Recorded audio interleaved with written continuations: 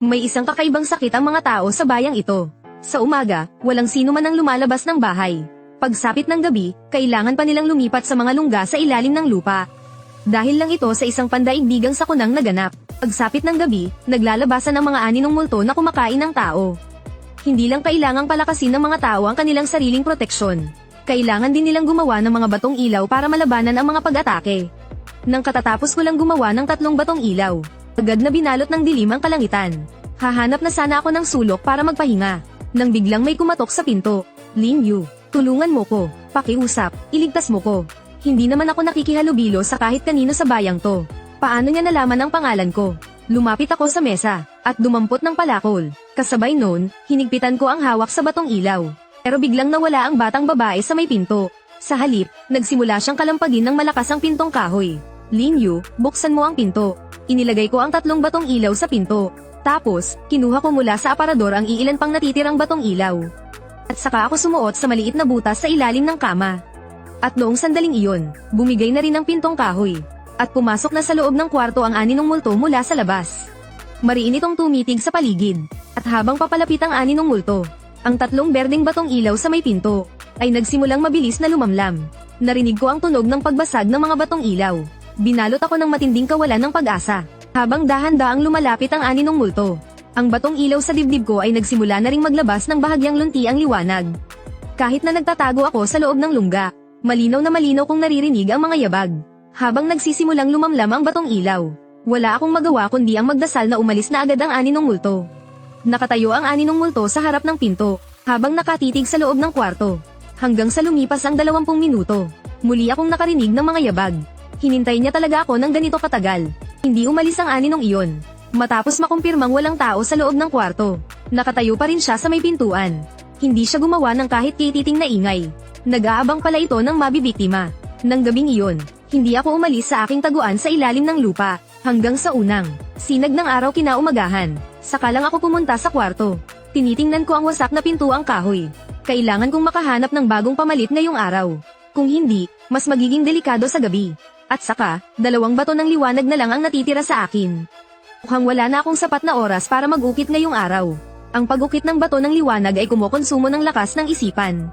Kung mas malakas ang isipan ng isang tao, mas marami siyang mauukit na simbolo ng liwanag. At mas mataas din ang antas nito. Ang simbolo ng liwanag ay nahahati sa 3 antas. Ang mababang antas ay ang berdeng asul na simbolo ng liwanag. Ang nasa gitnang antas naman ay ang puting simbolo ng liwanag. Ang mga inukit na simbolo ng liwanag ay pwedeng dalhin sa post office para ipagpalit sa pagkain at pera. Kinuha ko ang tinapay mula sa cabinet, pati na rin ang mga tuyong ipis. Nagpakulo na rin ako ng isang takor ng mainit na tubig. Pagkatapos kong mag-almusal, dinala ko ang palakol ko at lumabas sa kalsada. At doon, nakita ko ang napakaraming bahid ng dugo, pati na rin ang mga pira-pirasong buto. Silang lahat ay pinatay ng anino kagabi. Hindi pa nagtatagal, ang bayang ito ay may mahigit 100 pamilya. Matapos ang ilang dosenang pag-atake ng mga anino, ang bilang ng mga namatay ay umabot sa 3 hanggang 4,000. Ngayon, iilang daan na lang ang natitira. Ang mga nabubuhay pa hanggang ngayon. Lahat sila ay mga survivor. Pero kagabi, nag-evolve ang anino. Naging mas nakakatakot at tuso ito. Sa loob lang ng isang gabi, halos 20% ng mga tao sa bayan ang namatay. Kung magpapatuloy sa ganitong bilis, sa tingin ko, wala pang 1 buwan. Ang bayang ito ay magiging katulad din ng iba pang mga bayan sa paligid. Lahat ay mamamatay. Pagkatapos, pumunta ako sa isang bahay na walang tao. At nagsimulang maghanap ng mga gamit. Pero nadiskubre kong naunahan na pala ako. Sa wakas, sa loob ng isang bahay, nakakita ako ng 2 kumikinang na bato. Pati ilang tuyong ipis at maliliit na tinapay. Sunod-sunod akong pumasok sa ilang mga bahay na bato. Pero matagal nang naubos ang kakaunting gamit doon. Makalipas ang ilang minuto, nakarating ako sa harap ng isang bahay. Buo pa ang pintuan nitong gawa sa kahoy. Pero may bakas ng dugo sa may pasukan. Siguro, ginamit ng nakakatakot na anino ang kakaibang boses nito. Para palabasin at buksan ng may-ari ang pinto. Pero noong tatanggalin ko na sana ang pinto, mula sa loob ng kwarto, may lumabas na isang lalaki. Akin ang pintong yan, makaalis ka na, patay na ang may-ari ng bahay na to. Hindi ko nakukunin ang mga gamit sa loob. Pero sa akin na ang pinto, ikaw, makikipag-deal sa akin. Hati tayo, kailangan mong mabuhay, kailangan ko ring mabuhay. Sige, gawin natin ang sinabi mo. Pero sa sandaling pagtalikod ko, mabilis niyang hinawakan ng mahabang patalim sa kanyang bewang. Sino ka sa akala mo? Para makipaghati pa sa akin ng gamit, mamatay ka na.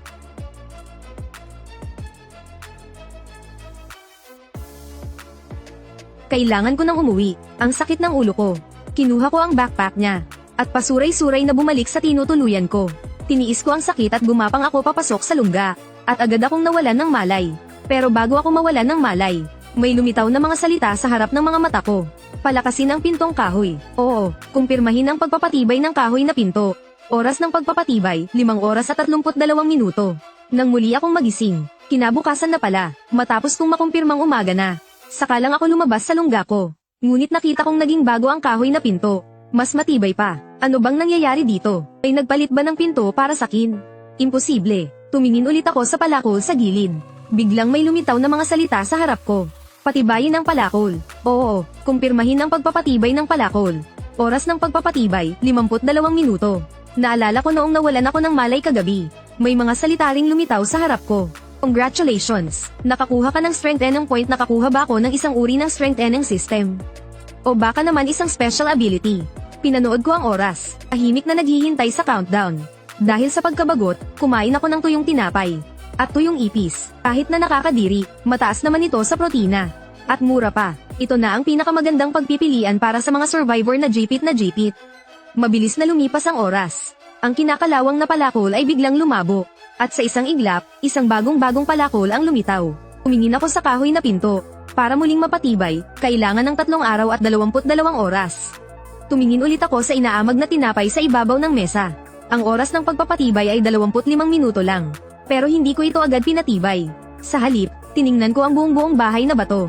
Oras ng pagpapatibay, 35 araw at 11 oras. Dito, bigla akong nagkaroon ng isang matapang na ideya. Kung kayang patibayin ng kahoy na pinto, palakol, bahay na bato, at pagkain. Pwede rin kaya ang mga organ ng katawan? Nang maisip ko to, tumingin ako sa aking mga kamay. Oras ng pagpapalakas, 21 oras. Agad akong natuwa. Pagkatapos ay pinili kong palakasin ang tinapay at ang pinatuyong ipis. Ilang sandali lang, may ilang pirasong cream bread na lumitaw sa mesa. Ang pinatuyong ipis naman ay naging pinatuyong karne. Pagkatapos kong kumain, sinimulan kong palakasin ang mga kamay ko. Pagkatapos, binuksan ko ang backpack ni Chen Sheng. Sa loob, may 12 piraso ng glowing stone. Mayroon pa akong 3. At saka, hindi pa nagsisimula ang trabaho para sa araw na to.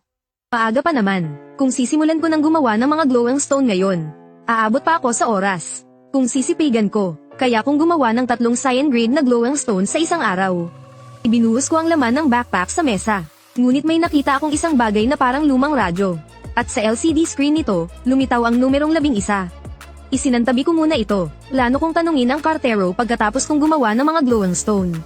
Makalipas ang ilang oras, sa wakas ay natapos ko rin ang 3 glowing stone.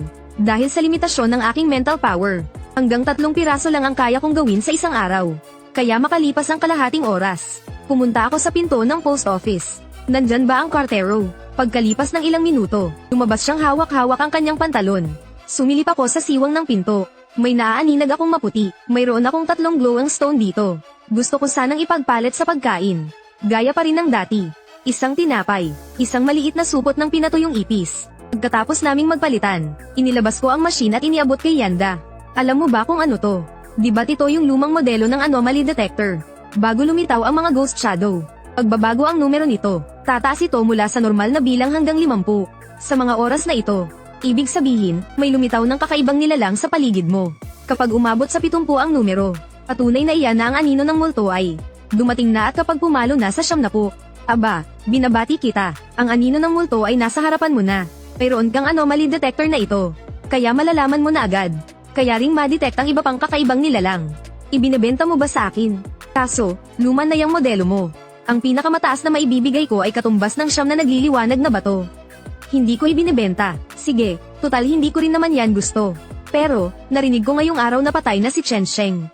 Wala na rin ang mga kagamitan niya. Nasa backpack niya lang ang mga nagliliwanag na bato at anomaly detector. Paalala lang, ha? Hindi basta-basta ang magkapatid na Chen. Dati silang mga mercenary. Habang tinitingnan ko ang palapad ng ngiti ni Yanda. Mukhang nahulaan na niya na ako ang pumatay kay Chen Sheng.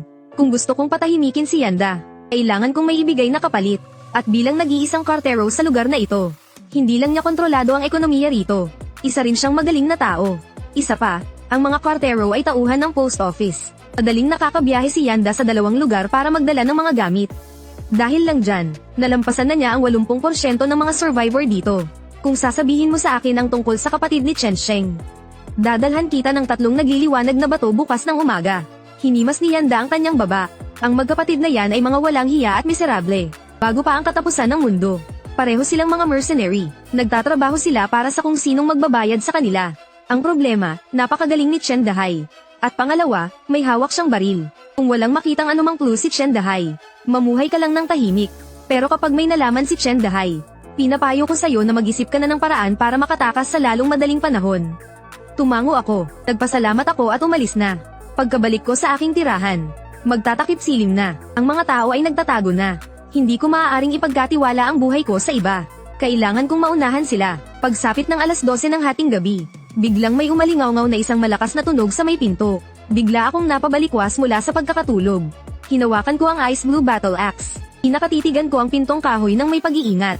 Tutal, ang pintong ito ay pinalakas na ng system.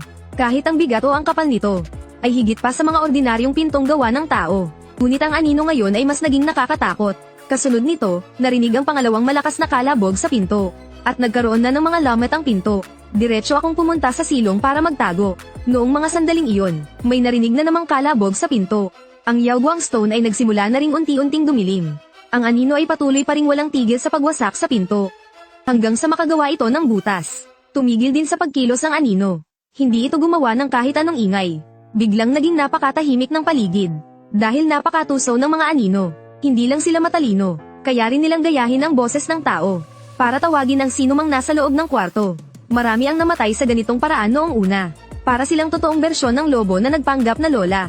Tinitigan ko ang butas sa pinto. Ang Yaoguang Stone sa sahig ay mayroon pa ring lunti ang liwanag. Pero mabilis din itong nawawala. Hindi nagtagal, nawalan na rin ng bisa ang pangalawang Yaoguang Stone. Tuluyan nang nasira, sumunod naman ang pangatlong Yaoguang Stone. Dahan-dahan na ring nawawala ang bisa nitong pantaboy sa kasamaan. Bigla, sa butas ng pinto, lumitaw ang isang mata ng demonyo na kulay dugo. Dahan-dahan itong gumagalaw sa loob ng butas na sinlaki ng kamao.